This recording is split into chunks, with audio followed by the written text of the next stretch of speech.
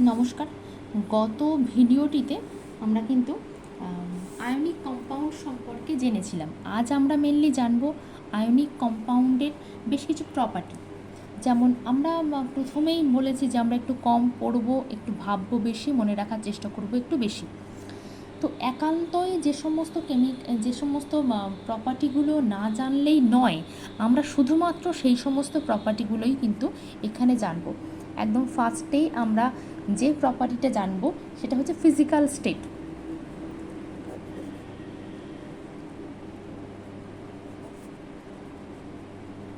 Physical state ionic bond ভীষণ একটা strong bond হলেই কিন্তু সেটা সবসময় সলিড ফর্ম করবে। সে সবসময় তার ফিজিক্যাল স্টেট সবসময় হবে সলিড, সে সবসময় একটা কঠিন পদার্থ হবে, এটুকু মনে রাখতে হবে।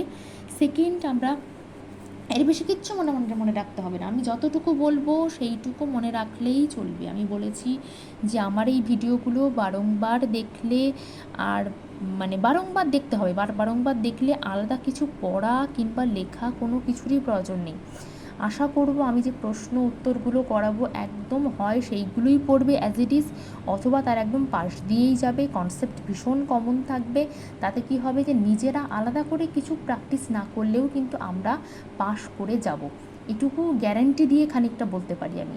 হ্যাঁ, তবে আমি যদি পুরো বিষয়টা কমপ্লিট করে উঠতে পারি, সামনের মাসে পরীক্ষা হলে নিশ্চয়ই সেটা আমি পারবো না। আমি চেষ্টা করবো আগামী 3 থেকে 4 মাসের মধ্যে বিষয়টাকে পুরোটা একটা গুছিয়ে একটা প্যাকেজ আকারে তৈরি করে আপনাদের সামনে আনার।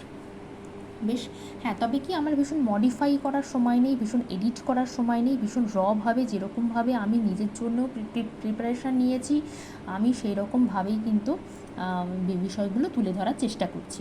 আচ্ছা, তো সেকেন্ডলি আমাদের জানতে হবে কিন্তু মেল্টিং পয়েন্ট এবং বয়লিং পয়েন্ট।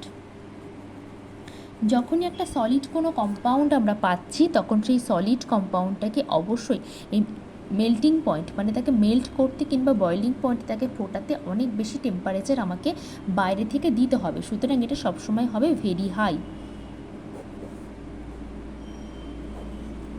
বাস এইটুকু জানলেই হবে, আমি বাদবাকি আর কিচ্ছু জানবো না। এরপরে একটা ভীষণ ইম্পর্টেন্ট একটা প্রপার্টি, সেটা হচ্ছে কন্ডাক্টিভিটি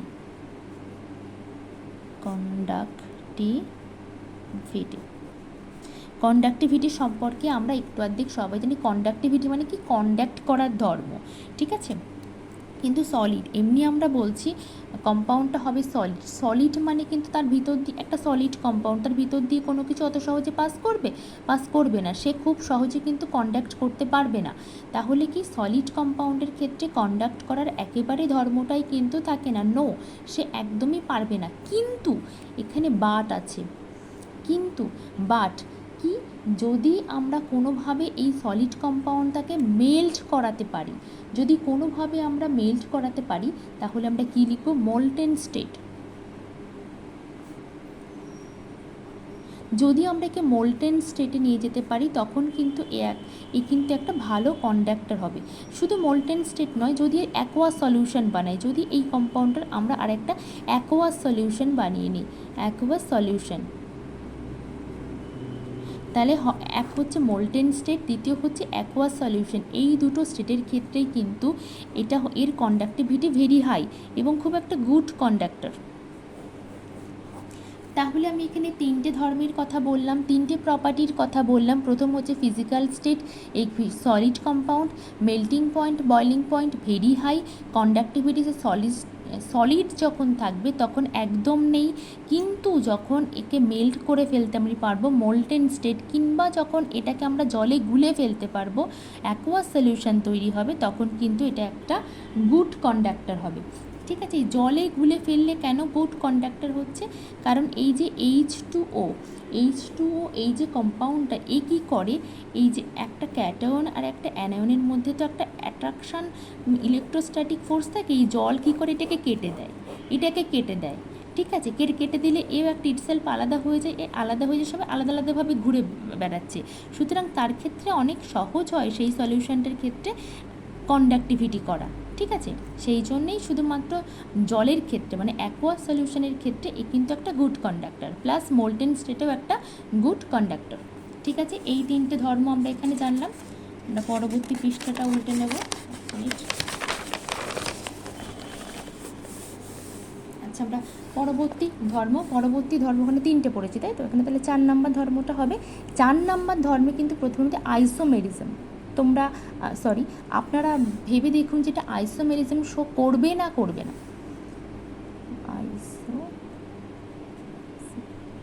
আইসোমেরিজম শো করার আমার অত বেশি কিচ্ছু আমি ভাববো না, খুব সামান্য কথা। আইসোমেরিজম শো করতে গেলে তার কি কি থাকা দরকার? এক হচ্ছে মলিকিউলার ফর্মুলা,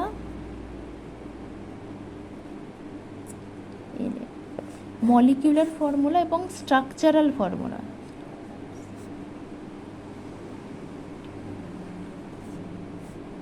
এই দুটোই কিন্তু সেম হতে হবে, ঠিক আছে? মলিকিউলার ফর্মুলা এবং স্ট্রাকচারাল ফর্মুলা এই দুটোই কিন্তু সেম হতে হবে, ঠিক? আমি কি বানান ঠিক লিখলাম? STRUCTU, তাই বলছি TURL। একটুখানি বানানটা ভুল হয়েছে, একটুখানি দেখে নেবেন, ঠিক আছে? আচ্ছা, মলিকিউলার ফর্মুলা এবং স্ট্রাকচারাল ফর্মুলা দুটোই কিন্তু সেম হতে হবে, কিন্তু বিষয়টা হচ্ছে একটা আয়নিক কম্পাউন্ডের ক্ষেত্রে কোনো স্ট্রাকচার কি আদেও ফর্ম করে না তো, কোনো বন্ড থাকে না, তাই কোনো স্ট্রাকচার হয় না। তাহলে আইসোমেরিজমের শর্তই হচ্ছে তার মলিকিউলার ফর্মুলা এবং স্ট্রাকচারাল ফর্মুলা সেম হতে হবে, কিন্তু আয়নিক কম্পাউন্ডের তো স্ট্রাকচারই হয় না, তাহলে আইসোমেরিজম সে শো করবে না। এটা ভীষণ একটা ইম্পর্টেন্ট জিনিস। যেহেতু আয়নিক কম্পাউন্ডের কোনো স্ট্রাকচার থাকে না, আর আইসোমেরিজমের শর্তই হচ্ছে তার মলিকুলার ফর্মুলা এবং স্ট্রাকচারাল ফর্মুলা একই হতে হবে, যেহেতু দুটো একসঙ্গে কোরিলেট হচ্ছে না, এর ক্রাইটেরিয়া একরকম, এর ক্রাইটেরিয়া একরকম, যেহেতু ব্যাটে বলে হচ্ছে না, তাই এটা কিন্তু আমরা চিকে মেরেছি, কোনো রকম কোনো আইসোমেরিজম শো করবে না। কিন্তু 5 নাম্বার প্রপার্টিটা আমাদের একটু বেশি করে মনে রাখতে হবে, সেটা হচ্ছে আইসোমরফিজম। এটা কিন্তু আইসোমরফিজম শো করবে। মরফিজম, আইসোমরফিজম কিন্তু শো করে। তাহলে আমাকে আইসোমেরিজমের মতো জেনে নিতে হবে আইসোমরফিজমের শর্তগুলো কি কি। আইসোমরফিজমের শর্তই হচ্ছে, প্রথম হচ্ছে মলিকিউলার ফর্মুলা এবং তার ল্যাটিস একই হতে হবে তাদের। আচ্ছা, মলিকিউলার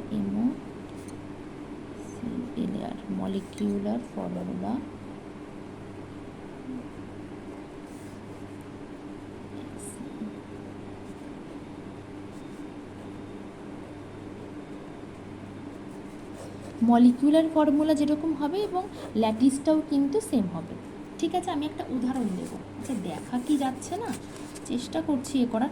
আইসোমরফিজমের প্রথম কন্ডিশনই হচ্ছে যে দুটো কম্পাউন্ড নিলাম, একটা এ একটা বি, দুটোর মলিকিউলার ফর্মুলা এক সেম হতে হবে, দ্বিতীয় তাদের সিমিলার ল্যাটিস হতে হবে।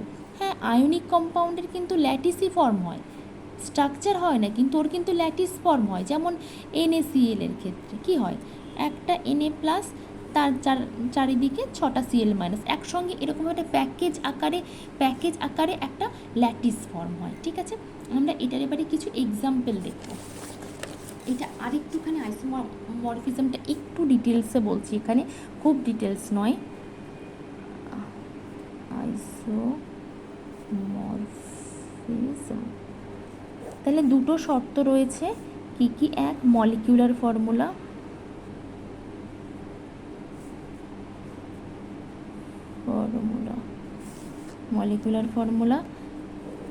আর একটা হচ্ছে similar lattice. Molecular formula same হতে হবে, এই দুটো শর্ত, ঠিক আছে? তাহলে আমরা একটা এক্সাম্পল দেখে নিলে আমাদের পক্ষে সুবিধা হবে। যেমন NaCl আর নিচ্ছি MgCl। Cl দুটোই যেহেতু একই, সুতরাং এটা আমাদের কোনো কাজে আসছে না। আমাদের তাহলে ভাবতে হবে Na প্লাস এবং Mg2+ নিই। এটা গ্রুপ 1-এ আছে, এটা গ্রুপ 2-তে আছে, তাই তো?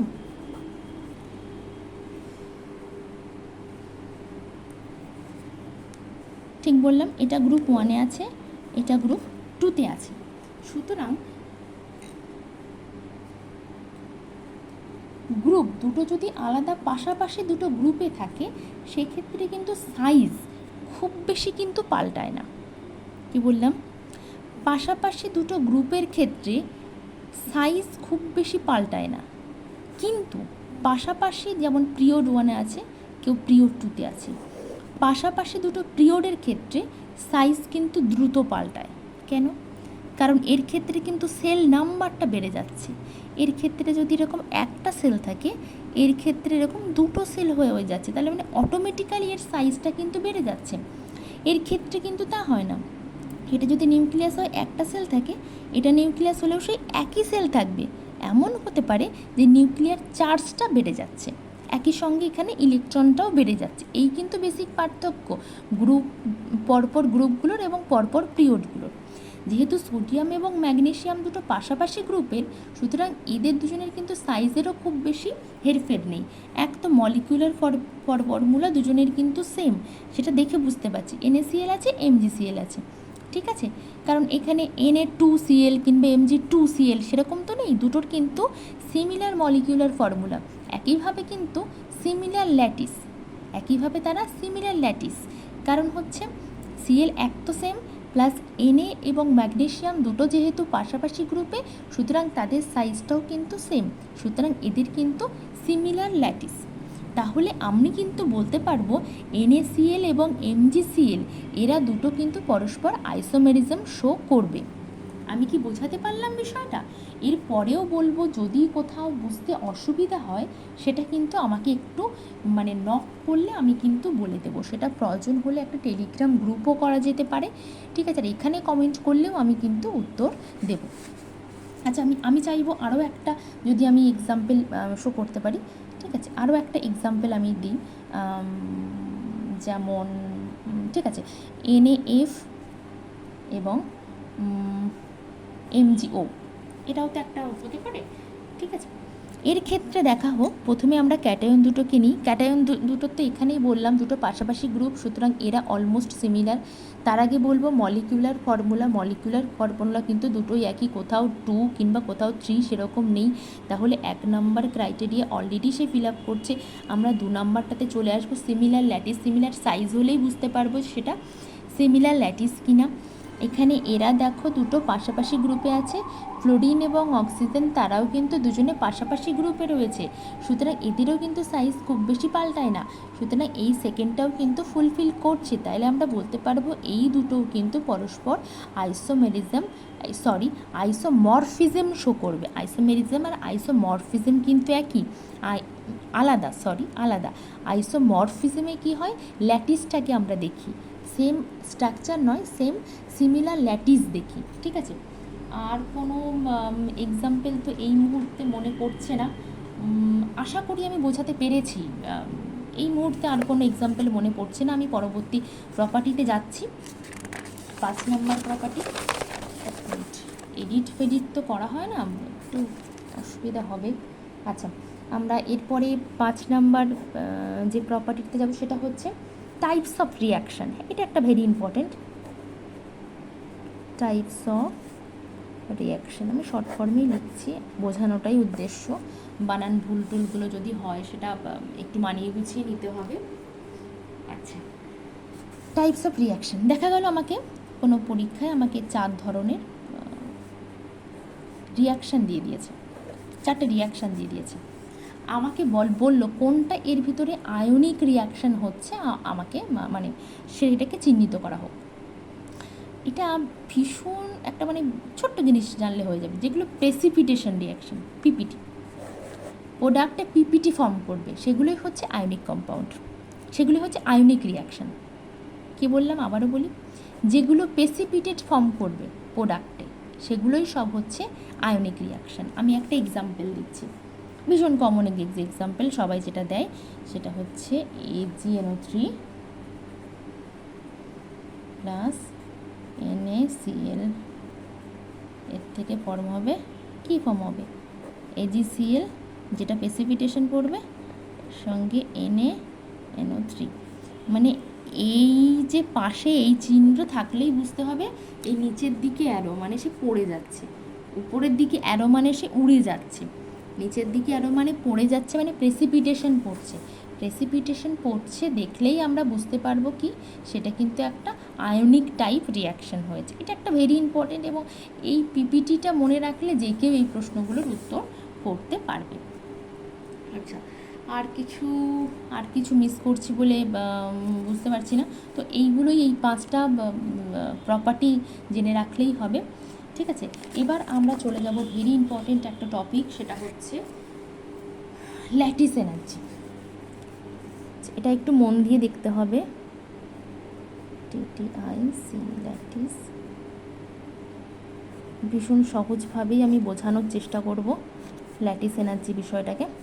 এটা একটা ভীষণ ইম্পর্টেন্ট প্রশ্ন, কনসেপ্টটা জেনে রাখা ভীষণ দরকার।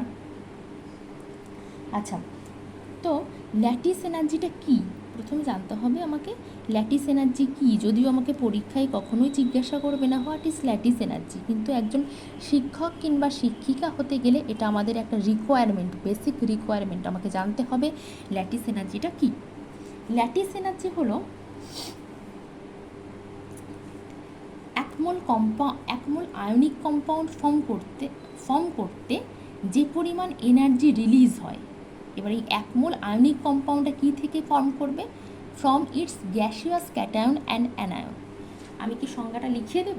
আমার মনে হয় না সংজ্ঞা লেখানোর কোনো প্রয়োজন রয়েছে, তবু আমি যেরকমভাবে ঠিক বললাম আমি সেরকমভাবে একটু লিখিয়ে দেওয়ার চেষ্টা করি, ঠিক আছে। 1 mole of ionic compound form grammar maintain হচ্ছে কি জানি না, আমি জাস্ট বিষয়টাকে বোঝানোর চেষ্টা করছি। Formed from it's gaseous gaseous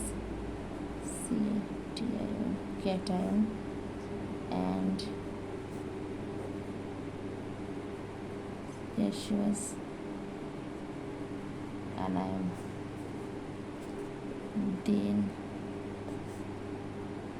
then amount of energy released is called lattice energy. আচ্ছা, তাহলে এখানে একটা হোয়েন লাগিয়ে দাও। তাহলে কি হলো পুরো বিষয়টা? তাহলে কি হলো দেখা যাচ্ছে কি? আমি বুঝতে পারছি না, মনে হয় দেখা যাচ্ছে। কি লিখলাম? When 1 mole of ionic compound formed from its gaseous cation and gaseous anion, then amount of energy released is called lattice energy. মানে দেখা গেল গ্যাস প্লাস একটা অ্যানায়ন, এটাও গ্যাস, এখান থেকে ধরলাম Ca, একটা কোনো একটা কম্পাউন্ড ফর্ম করলো যেটা সলিড, ঠিক আছে, এবং সঙ্গে প্লাস ল্যাটিস এনার্জি রিলিজ হলো। তাহলে কি বললাম আমি আবারও বলি, কি হলো? এটা একটা গ্যাসিয়াস ক্যাটায়ন, এটা একটা গ্যাসিয়াস অ্যানায়ন, দুটো কম্বাইন করে 1 মোল কি ফর্ম হলো? সলিড ফর্ম হলো, ঠিক আছে। 1 মোল সেই একটা সলিড কম্পাউন্ড ফর্ম হলো, আয়নিক কম্পাউন্ড ফর্ম হলো, এবং সঙ্গে কিছুটা এনার্জি রিলিজ করলো। সেই যে এনার্জিটা রিলিজ করলো আমরা এই এনার্জিটাকেই বলবো কিন্তু ল্যাটিস এনার্জি। কিন্তু একটা সমস্যা আছে, ভীষণ গরম পড়েছে। এই ল্যাটিস এনার্জিটা কিন্তু ডাইরেক্ট আমরা কিন্তু মেজার করতে পারবো না, ডাইরেক্ট এটাকে কোনোভাবে ক্যালকুলেশন করা যাবে না, ডাইরেক্ট আমরা কোথাও কোনো পরিমাপ পদ্ধতি দ্বারা বুঝতে পারবো না যে কতটা পরিমাণ ল্যাটিস এনার্জি উৎপন্ন হলো। তাহলে আমাকে কি করতে হবে? তাহলে আমাকে যেটা করতে হবে সেটা হচ্ছে একটা বাইপার্স কোনো পথ দিয়ে ল্যাটিস এনার্জিটা মেজার করতে হবে। 1 মিনিট, আমি লেখাগুলো কেন কেটে যাচ্ছে আমি একটুখানি দেখছি। আশা করি এবারে খানিকটা ঠিক হয়েছে, আশা করি লেখাগুলো আর কাটবে না, ঠিক আছে। হ্যাঁ, যেটা বলছিলাম, এবার আমাদের একটুখানি পসিডিও জেনে নিতে হবে কিভাবে তাহলে আমরা বাইপার্সে মানে অন্য পথ দিয়ে আমরা ল্যাটিস এনার্জিকে আমরা ক্যালকুলেট করতে পারবো। ঠিক আছে, এর একটা পসিডিও রয়েছে, সেটা হচ্ছে আমি বলছি না যে বর্ন হেবার সাইকেল কখনো আসবে, কিন্তু আমি আগে পুরোটা বুঝিয়ে দিই, তারপরে কী ধরনের প্রশ্ন আসতে পারে সেটা আমি বলছি। ঠিক আছে, আমাদের তাহলে কি জানতে হবে? Born Haber cycle, BORN, born Haber cycle, HABER, born Haber cycle, এইটা কিন্তু আমাদের জানতে হবে। এই বর্ন হেবার সাইকেল থেকেই কিন্তু আমরা ল্যাটিস এনার্জিকে ক্যালকুলেট করতে পারবো। ঠিক আছে, এই বর্ন হেবার সাইকেলে কি আমরা জানতে পারি? বর্ন হেবার সাইকেল থেকে কি ডাইরেক্ট আমরা ল্যাটিস এনার্জি পেতে পারি? বর্ন হেবার সাইকেলের মাধ্যমে কিন্তু আমরা হিট অফ ফরমেশন জানতে পারি। এবার আমার মনে হতে পারে হিট অফ ফরমেশনটা কি? অবশ্যই আমাদের জেনে নিতে হবে হিট অফ ফরমেশনটা কি। এক মিনিট, বিষয়টা বলতে হবে।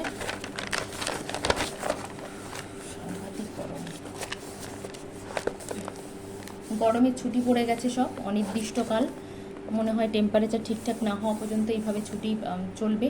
চেষ্টা করব এই ছুটিতে একটু বেশি করে ভিডিও বানিয়ে দেওয়ার, এবং আপনারাও চেষ্টা করবেন যাতে বেশি করে বিষয়গুলো পড়ে নিতে পারেন, সেক্ষেত্রে আপনাদের সুবিধা হবে। কারণ এমনি আজকে তো একটা কলকাতা হাইকোর্টের একটা রায় আপনারা দেখেছেন যে একটা বহু সংখ্যক প্রায় 25,753 জনের চাকরি নেই। এবার সেক্ষেত্রে ওদের আবার রিপ্যানেল হবে কি হবে জানি না, কিংবা এই সিটটা আবার এই সিটটা আবার ফ্রেশাররা পরীক্ষা দিতে পারবে, কোনোটাই মানে ঠিকঠাক করে তো সেরকমভাবে কিছু জানা গেল না। তবে আমাদের প্রিপারেশনটা আমাদের চালিয়ে যেতে হবে, যাতে যে কোনো মুহূর্তে যদি বলে আজ বাদে কাল পরীক্ষা, আমরা যাতে পরীক্ষা দেওয়ার মতো জায়গায় থাকি।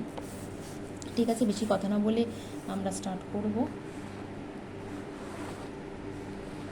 এরকম হলে ঠিক আছে মনে হচ্ছে, ঠিক আছে। তো এবার তাহলে heat of formation delta HF, এটাই হচ্ছে হিট অফ ফরমেশন। ঠিক আছে, হিট অফ ফরমেশন একবার লিখে দিয়ে নলে HAT, হিট অফ ফরমেশন। এই হিট অফ ফরমেশনকে এনথ্যালপি অফ ফরমেশনও কিন্তু বলা হয়। Enthalpy of formation. তাহলে আমরা এই হিট অফ ফরমেশন বা এনথ্যালপি অফ ফরমেশনটা কি সেটা আমরা জানবো। এই ল্যাটিস এনার্জির সংজ্ঞা জানলেই না এটাও খুব সহজ, আমি একটু বলে দিই। সেটা হচ্ছে কি, অ্যামাউন্ট অফ হিট রিলিজ, ওখানেও ছিল amount of heat released. When 1 mole of compound form, ওখানেও কিন্তু ছিল from its elements in pure and stable state. মানে কি হলো, ল্যাটিস এনার্জির ক্ষেত্রে বলা হচ্ছিল তার গ্যাসোয়াস ক্যাটায়ন, এটা গ্যাস অবস্থায় থাকতে হবে, এবং অ্যানায়ন, সেটাও গ্যাস অবস্থায় থাকতে হবে, 1 মোল আয়নিক কম্পাউন্ড ফর্ম হবে। আর হিট অফ ফরমেশনের ক্ষেত্রে বলা হচ্ছে যেমন ক্যাটায়ন সে সলিড অবস্থায় থাকতে পারে, যেমন অ্যানায়নটা হ্যাঁ সেটা তার পিওর গ্যাস অবস্থায় থাকতে পারে, মানে সে তার পিওর স্টেট, মেটাল হলে সে সলিড, গ্যাসবাস কোনো কম্পাউন্ড হলে গ্যাস অবস্থায়, লিকুইড হলে লিকুইড অবস্থায়। ঠিক আছে, থাকলে যে কম্পাউন্ডটা ফর্ম করছে তার সঙ্গে কিছুটা এনার্জি রিলিজ করে, সেই এনার্জিটাই হচ্ছে হিট অফ ফরমেশন। এর ক্ষেত্রে একটা কম্পাউন্ড ফর্ম হচ্ছিল, তার সঙ্গে কিছুটা এনার্জি রিলিজ করছিল, সেটা হচ্ছে ল্যাটিস এনার্জি। বিষয়টা কিন্তু ভীষণ সহজ। দুটো গ্যাসওয়াস ক্যাটায়ন অ্যানায়ন থেকে যখন একটা 1 মোল কম্পাউন্ড ফর্ম করছে আয়নিক কম্পাউন্ড, তার সঙ্গে যে এনার্জি রিলিজ করছে সেটা ল্যাটিস এনার্জি। আর পিওর এবং তার elemental state, stable state, pure and elemental stable state থেকে যখন একটা কম্পাউন্ড ফর্ম করছে তার সঙ্গে যে এনার্জিটা রিলিজ করছে সেটা হচ্ছে হিট অফ ফরমেশন। বারবার দেখতে দেখতে এগুলোও ভীষণ ইজি হয়ে যাবে। ঠিক আছে, তাহলে আমি কিন্তু এর সংজ্ঞাটা লেখাচ্ছি না, নাকি লিখিয়ে দেবো? আচ্ছা, আমি খুব শর্টে ওটা যেরকম লিখিয়েছি এটাও সেরকম খুব শর্টে আমি লিখিয়ে দিচ্ছি। বিষয়টা কিন্তু একই, শুধু লাস্ট লাইনটা পাল্টাচ্ছে। কি হচ্ছে, amount of heat released, RELEASED, amount of heat released when 1 mole of, কখনো কোনো বানান কিংবা কোনো কিছু ভুল হলে আমাকে সেটা ইনফর্ম করে নিতে পারেন, কিংবা আপনারা একটু শুধরে নেবেন। Formed from it's elements in pure and stable stable state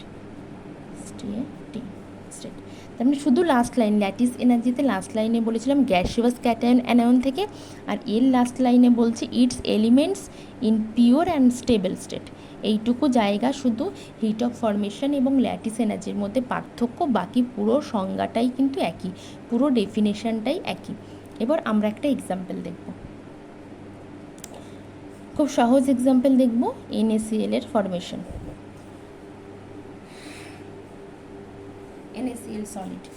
NaCl সলিডের ফরমেশনটা আমরা দেখব, ঠিক আছে?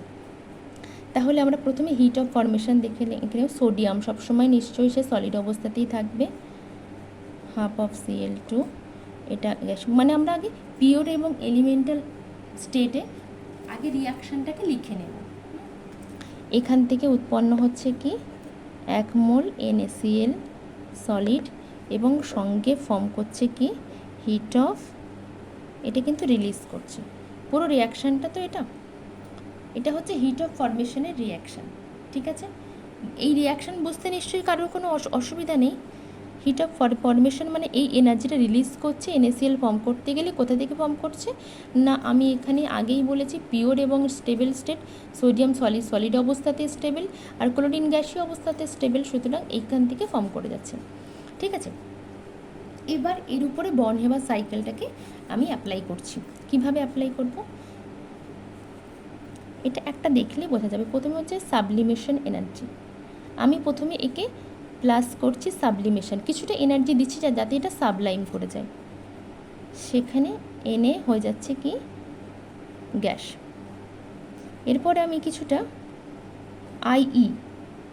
আয়োনাইজেশন এনার্জি দিচ্ছি, তাহলে কি হবে আয়োনাইজ হয়ে যাচ্ছে গ্যাস, ঠিক আছে?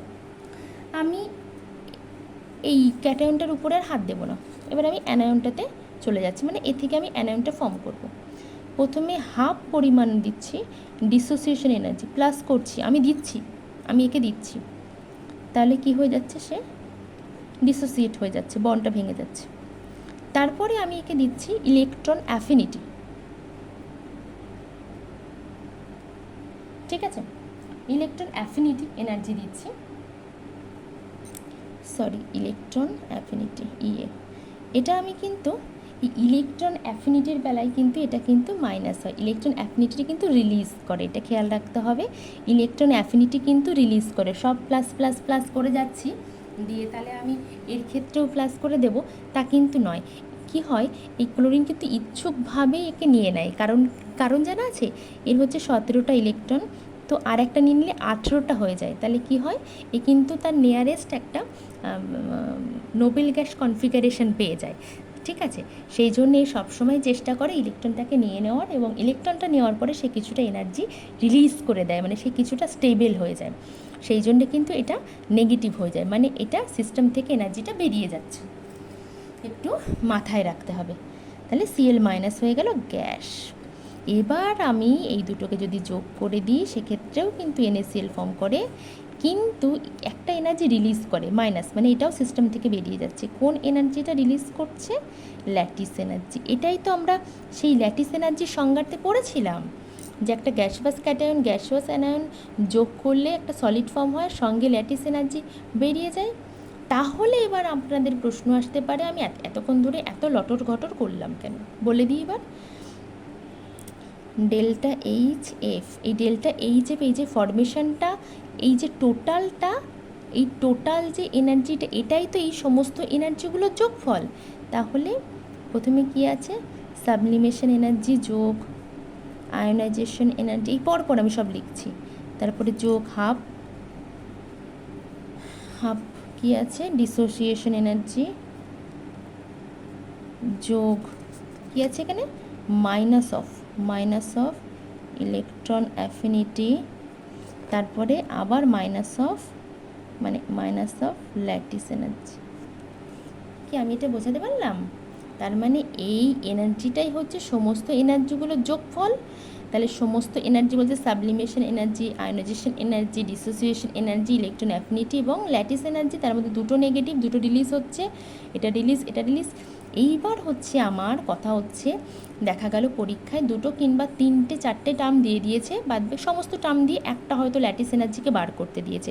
তাহলে সমস্ত এনার্জিগুলো যদি আমাকে প্রোভাইড করে, ল্যাটিস এনার্জি বের করার সুবিধা, কিংবা আমাকে সাবলিমেশন এনার্জিটা বার করতে দিয়েছে, বাকি এনার্জিগুলোকে দিয়ে দিয়েছে, সেক্ষেত্রে বাকি এনার্জি টার্মগুলো আমরা যদি এই সূত্রে বসিয়ে দিই, তাহলে সেক্ষেত্রে কিন্তু খুব সহজেই আমরা বার করে ফেলতে পারবো সাবলিমেশন এনার্জিটাকে।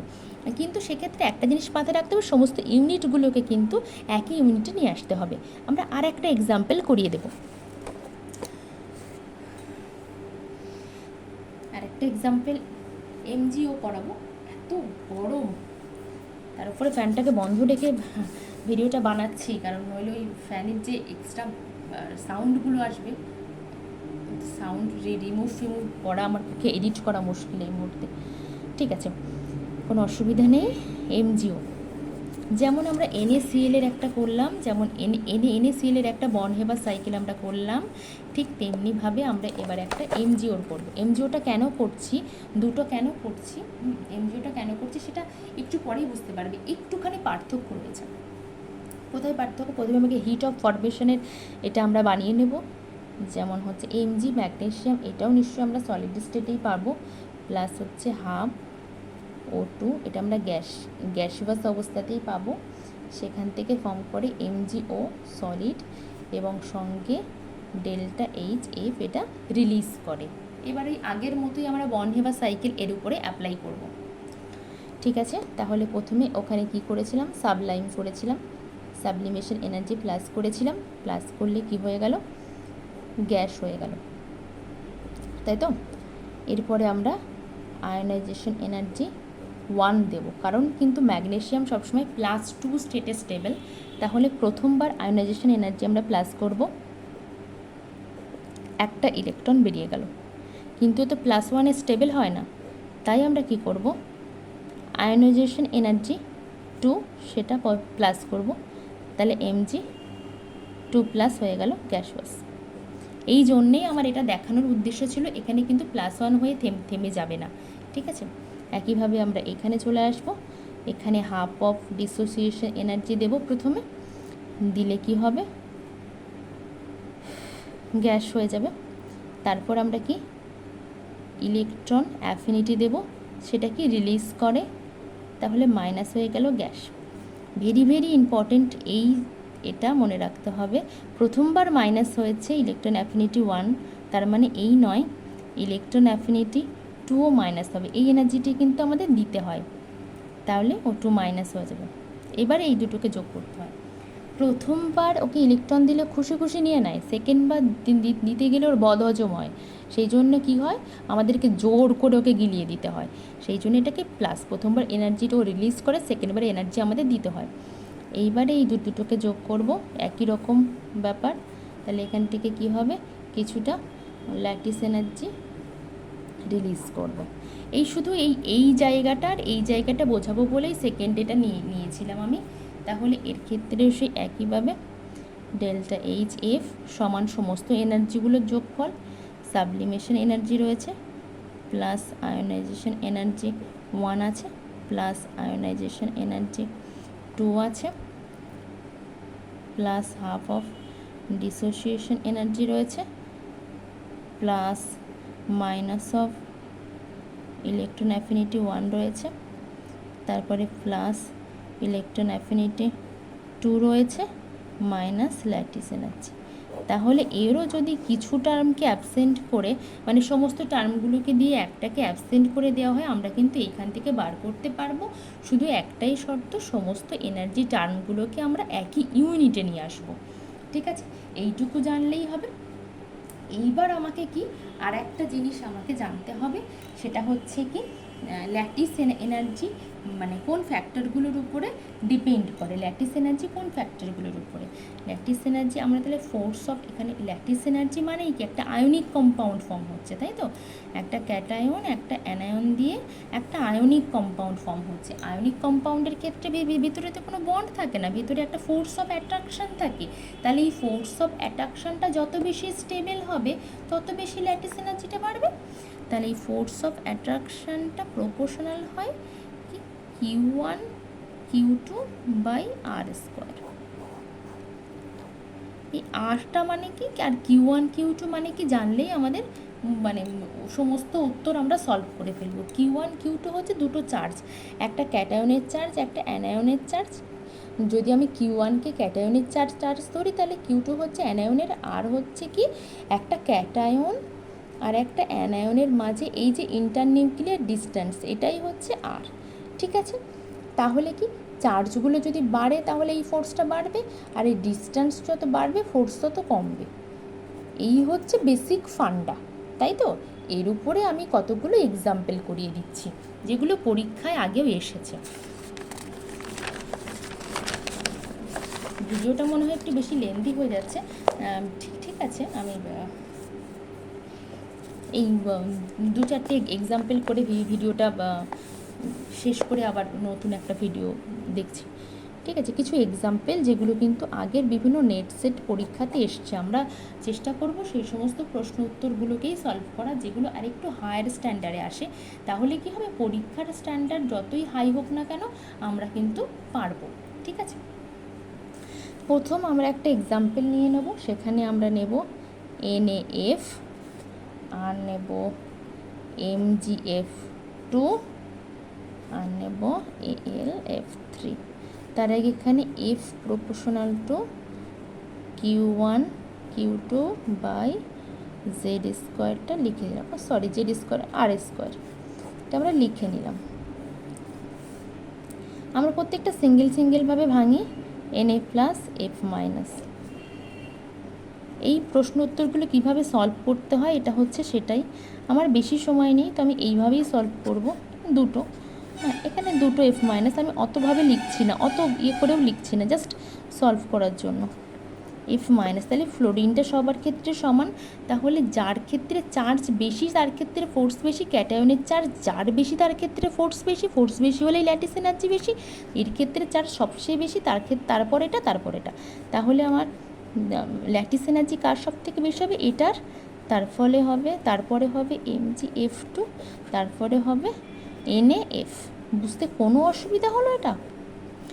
আমি প্রথমেই দেখব সবগুলোর ক্ষেত্রে অ্যানায়ন একই রয়েছে, তারপরে দেখব যার ক্ষেত্রে ক্যাটায়নের চার্জ বেশি সে হবে, তার এই ফোর্সটা বেশি হবে, কারণ এই যে চার্জ ফ্যাক্টরগুলো উপরে রয়েছে মানে এর সঙ্গে ডাইরেক্টলি প্রপোর্শনাল। এর ক্ষেত্রে চার্জ বেশি প্রথম, তারপরে তাহলে দ্বিতীয়, তারপরে তৃতীয়। এই প্রশ্নগুলোই আসবে, এই রকম ধরনেরই প্রশ্ন আসবে, এই প্রশ্ন না আসলেও এরকম ধরনেরই আসবে। আচ্ছা, আমরা আরও একটা এক্সাম্পল নেব, Li2O আর নেব Li2Oর সঙ্গে আমরা নেব, আচ্ছা Li3N। দেখো লিথিয়াম দুটোর ক্ষেত্রেই একই, আমি লিথিয়াম নিয়ে কোনো কথাই বলবো না, 2 মাইনাস হয় এটা, লিথিয়াম একই কিন্তু এনটা হচ্ছে 3 মাইনাস হয়। তাহলে লিথিয়ামকে দিয়ে আমাদের কোনো কম্পেয়ারে আসবে না, তাহলে কাকে দিয়ে কম্পেয়ারে আসবে, অ্যানায়ন দিয়ে। অ্যানায়নের ক্ষেত্রে চার্জ কার বেশি, চার্জ উপরে আছে, যার চার্জ বেশি তার ফোর্স বেশি, তাহলে এটার চার্জ বেশি, এ তাহলে আগে যাবে, তাহলে Li3N বেশি, এটা হচ্ছে উত্তর। এই ধরনেরই কিন্তু প্রশ্ন আসবে। আপনাদের কি মনে হচ্ছে না যে এই প্রশ্নগুলো আপনারা পারবেন? নিশ্চয়ই পারবেন। আচ্ছা, আরও একটা দেখিয়ে দিই 3 নাম্বার এক্সাম্পল, যেমন NaCl KCl, Cl দুটোর ক্ষেত্রেই same, Na plus K plus. এবার বলুন, আমরা গ্রুপ 1-এ চলে যাব। এবার গ্রুপ 1 কে আছে, লিথিয়াম, সোডিয়াম, পটাশিয়াম, এইটুকুই দরকার। সোডিয়ামের পরের পিরিয়ডে রয়েছে পটাশিয়াম, তার মানে সাইজ কার বেশি, পটাশিয়ামের বেশি, তাই তো। আর এখানে সাইজ ফ্যাক্টর যার বেশি হবে সে কী হবে, তার ফোর্সটা কম হবে। তাহলে সাইজ বেশি মানে এর বেশি, তাহলে এর ফোর্সটা কম। এর ফোর্স যদি কম হয় তাহলে ল্যাটিস এনার্জিও কম। তাহলে ল্যাটিস এনার্জি বেশি কার হবে, ল্যাটিস এনার্জি অবশ্যই বেশি হবে NaCl এর। এইভাবেই এই প্রশ্নগুলো এইভাবেই কিন্তু অ্যাপ্রোচ করতে হয়। বেশি কিছু দেখবো না, যেটা সেম সেটা আমরা দেখবই না, Cl সেম দেখবই না। এবার দেখে নিবে, এটা আমরা দেখেই বুঝতে পারছি যেটা পরপর পিরিয়ডে রয়েছে, তার মানে কী হবে, যার ক্ষেত্রে সাইজ বেশি তার ক্ষেত্রে কী হবে, ফোর্স কম হবে। এর ক্ষেত্রে সাইজ কম, ফোর্স বেশি মানে ল্যাটিস এনার্জি বেশি। এই ধরনেরগুলোই আসবে। এবার একটা ভীষণ ইম্পর্টেন্ট একটা কন্ট্রোভার্সি আছে এর মধ্যে, হ্যাঁ, একটা মানে বৈপরীত্য রয়েছে, ভীষণ একটা ইম্পর্টেন্ট জায়গা, ভীষণ একটা ইম্পর্টেন্ট এক্সাম্পল। এই এক্সাম্পলটাই বহুবার নেটে চলে এসছে, বহুবার সেটে চলে এসছে, হ্যাঁ, দেখা গেল হয়তো আগামীবার আমাদের SSCতে চলে আসবে। তো সেটাই NaF MgCl2, এটাকে আমরা কিভাবে অ্যাপ্রোচ করব, ঠিক আছে, আমরা দুটোভাবে। এক নম্বর কীভাবে অ্যাপ্রোচ করব, আচ্ছা কীরকম ভাঙা যায় এটা, Na প্লাস F মাইনাস আর এটা হচ্ছে Mg2 প্লাস Cl মাইনাস। তাহলে আমি প্রথমে আগে চার্জ ফ্যাক্টরটা দেখব, CHARG। এখন আমি চার্জ ফ্যাক্টরটা দেখে বিচার করছি। তাহলে দুটোই এটাও হচ্ছে একক প্লাস, এটাও হচ্ছে একক মাইনাস, কিন্তু এখানে 2 আছে মানে এগিয়ে যাচ্ছে, 2 আছে মানে এগিয়ে যাচ্ছে। তাহলে চার্জ ফ্যাক্টরের নিরিখে কিন্তু বেশি হয়ে যাচ্ছে কি এর ল্যাটিস এনার্জিটা, তাই তো, ফোর্স বেশি ল্যাটিস এনার্জি বেশি। MgCl2 জিতে গেল, NF হেরে গেল। এবার আমি সাইজ ফ্যাক্টরে চলে আসবো। সাইজ ফ্যাক্টরের ক্ষেত্রে যদি আমি দেখি, সেক্ষেত্রে কিন্তু সোডিয়াম এবং ম্যাগনেসিয়াম দুটো পাশাপাশি গ্রুপে রয়েছে। পাশাপাশি গ্রুপে থাকলে কিন্তু আমি আগেও বলেছি খুব বেশি সাইজের হেরফের হয় না। কিন্তু ফ্লোরিন এবং ক্লোরিনের ক্ষেত্রে ফ্লোরিন উপরে ক্লোরিন নিচে, তাহলে কি ক্লোরিনটা অনেক বেশি, মানে এর ক্ষেত্রে কিন্তু রেডিয়াসটা অনেক বেশি। রেডিয়াস অনেক যখন বেশি হবে তখন কি হবে, সব এই যে এখানে আমরা করে দিয়েছি আর নিচে রয়েছে মানে ফোর্সটা কমবে। তাহলে কি হবে, আর অনেকের বেশি, তাহলে ফোর্সটা কমছে। এই সাইজের নিরিখে আবার কি হয়ে যায়, NaF জিতে যাচ্ছে এবং MgCl2 হেরে যাচ্ছে। তাহলে এইবার আমরা কোনটাকে উত্তর হিসেবে গণ্য করব। এই রকম ধরনের যখন মানে সমস্যায় আমরা পড়ব তখন সবসময় আমাদেরকে চার্জ ফ্যাক্টরটাকে গুরুত্ব দিতে হবে। এই উত্তরটা হয়ে যাবে তখন সঠিক। এইটাকে আমরা মুখস্থ রাখবো না, মুখস্থ রাখবো না, এর লজিক রয়েছে। কি লজিক রয়েছে, চার্জ যখন বাড়ে তখন কখনো আমরা দেখব না যে কোনো একটা স্পিসিসের উপর 2.5 প্লাস আছে কিংবা কোনো অ্যানায়নের উপর 3.5 রয়েছে, এরকম থাকে না তো, সরি ক্যাটায়নের C দিয়েই লেখা ভালো, এরকম থাকে না তো, পয়েন্ট দিয়ে কোনো কিছু থাকে না। এটা কি হয়, +1 থাকে, নয় +2 থাকে, নয় +3 থাকে। অর্থাৎ দেখো এখান থেকে এখানে ডবল হয়ে যাচ্ছে, আবার এখান থেকে এখানে আরও এক ঘাট বেড়ে যাচ্ছে, তাই তো। কিন্তু সাইজ ফ্যাক্টর, এটা চার্জ ফ্যাক্টরের ক্ষেত্রে ঠিক আছে, কিন্তু সাইজ ফ্যাক্টরের ক্ষেত্রে কারো ধরো 2.5 রয়েছে, তারপরে সাইজটা 2.8 হলো, তারপরে সাইজ হয়তো দেখা গেল 2.9 হলো, এগুলো কীরকম ডবল করে বাড়ছে না। তাহলে কিন্তু এর ক্ষেত্রে চার্জটা যত বেশি বাড়ে সাইজ কিন্তু অত বেশি বাড়ে না। তাই আমরা সবসময় চার্জ ফ্যাক্টরটাকেই গুরুত্ব দেব, কারণ ওই এর ক্ষেত্রে Q1 Q2 উপরে আর হচ্ছে নিচে আছে, সেই জন্য। বোঝা গেল, চার্জটা বেশি বাড়ছে উপরে আছে, সাইজ কম বাড়ছে নিচে আছে। তাই আমরা সবসময় কিন্তু এই ধরনের প্রবলেমের ক্ষেত্রে আমরা চার্জটাকে বেশি গুরুত্ব দেব। এর বাইরে ল্যাটিস এনার্জি থেকে কোনো প্রশ্ন আসবে না, এর ভিতর থেকেই ম্যাক্সিমাম প্রশ্নগুলো আসবে। এই ভিডিওটাই বারংবার দেখতে থাকুন। যারা অফিস আদালতে যাতায়াত করছেন, বিভিন্ন কাজের জগতে আছেন, তারা বারংবার এগুলো দেখতে দেখবেন নিজের ভিতরেই তখন যে কোনো আয়নিক বন্ড কিংবা ল্যাটিস এনার্জি সংক্রান্ত কোনো প্রশ্ন দেখলে নিজেরাই মুখে যাতে সলভ করে ফেলতে পারেন। ঠিক আছে, ভালো থাকুন।